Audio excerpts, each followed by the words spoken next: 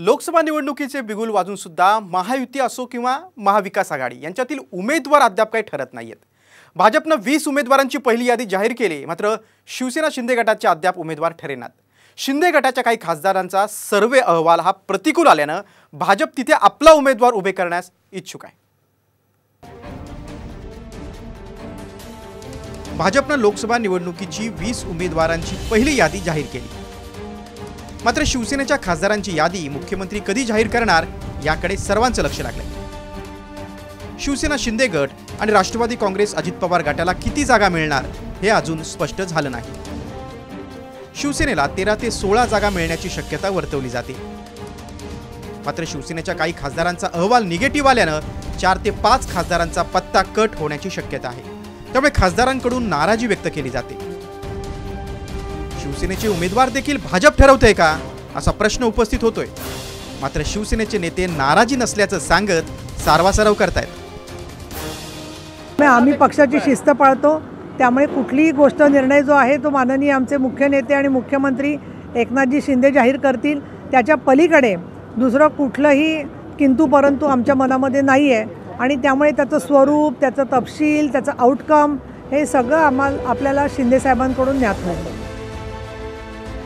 महायुतीत मनसेची भर पडत असल्यानं आणखी काही जागा कमी होण्याची भीती आहे। मात्र ज्या एकनाथ शिंदेंवर विश्वास ठेवून सेनेचे खासदार सोबत आले त्यातील काहींचा पत्ता कट होण्याची स्थिती असल्यानं खासदारांमध्ये चलबिचल आहे। त्यामुळे शिवसेनेचे काही खासदार एकनाथ शिंदेंसोबत येण्यासाठी मध्यस्थी करणाऱ्यांना फोन करतायत, तर काही खासदार भाजप नेत्यांची भेट घेऊन उमेदवारीसाठी फिल्डिंग लावतायत।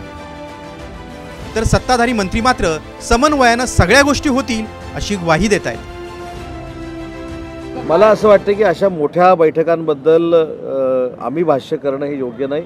या अलायन्स संदर्भातल्या किंवा वाटपा संदर्भातल्या बैठका असू शकतात, याचं उत्तर किंवा याच्यावर स्टेटमेंट तेच नेते मंडळी देऊ शकतील। त्याच्यामुळे मला असं वाटतं की सगळं समन्वयानं झालेलं असणार, तुम्हाला अजिबात चिंता करण्याची आवश्यकता नाही। जागा आग्रह नाही आहे, चिन्ह हा आग्रह नाही आहे। आमचा सर्वांचा एकत्रित मत आहे की जिंकण्याकरता जे जे काही ज्याला उमेदवार ज्यांच्याकडे असतील, शेवटी उमेदवारी महत्त्वाची आहेत। मोदींचा विकसित भारताचा संकल्प आहे, त्यामुळे मला वाटतं आम्ही योग्य पद्धतीने याचं वाटप होईल। कोणत्या जागांचा तिढा अजूनही कायम आहे ते पाहूया। दक्षिण मुंबई मतदारसंघ, उत्तर पश्चिम मुंबई, उत्तर मध्य मुंबई, रत्नागिरी सिंधुदुर्ग, ठाणे, धाराशिव, गडचिरोली, भंडारा गोंदिया, अमरावती, परभणी, सातारा आणि नाशिक मतदारसंघाचा तिढा अजूनही कायम आहे। दरम्यान आमची 22 जागांची मागणी असून सन्मानपूर्वक तोडगा निघेल अशी आशा शिंदे गटाच्या नेत्यांना आहे। मागणी तशीच आमची राहिलेली होती 22 जागांची आणि त्या अनुषंगाने आमची चर्चाही चालू आहे आणि थोडे पाठीपुढे 1 का 2 जागा होऊ पण शकतात, तसं काही हरकत नाही आहे, परंतु सन्मानपूर्वक ह्याच्यावरती तोडगा निघेल असं आम्हाला वाटतं। महायुतीत भाजप मोठ्या भावासारखा वागतो। अनेक महत्त्वाचे निर्णय दिल्लीत भाजपचं हायकमांड घेते। मित्र पक्षांना ही गोष्ट पचवणं अवघड जाते। विरोधकही यावरून सातत्यानं शिंदे आणि अजित पवारांवर निशाणा साधतायत। निवडणुकीत महायुतीत नाराजींची संख्या वाढून त्याचा फटका बसण्याची शक्यता नाकारता येत नाही।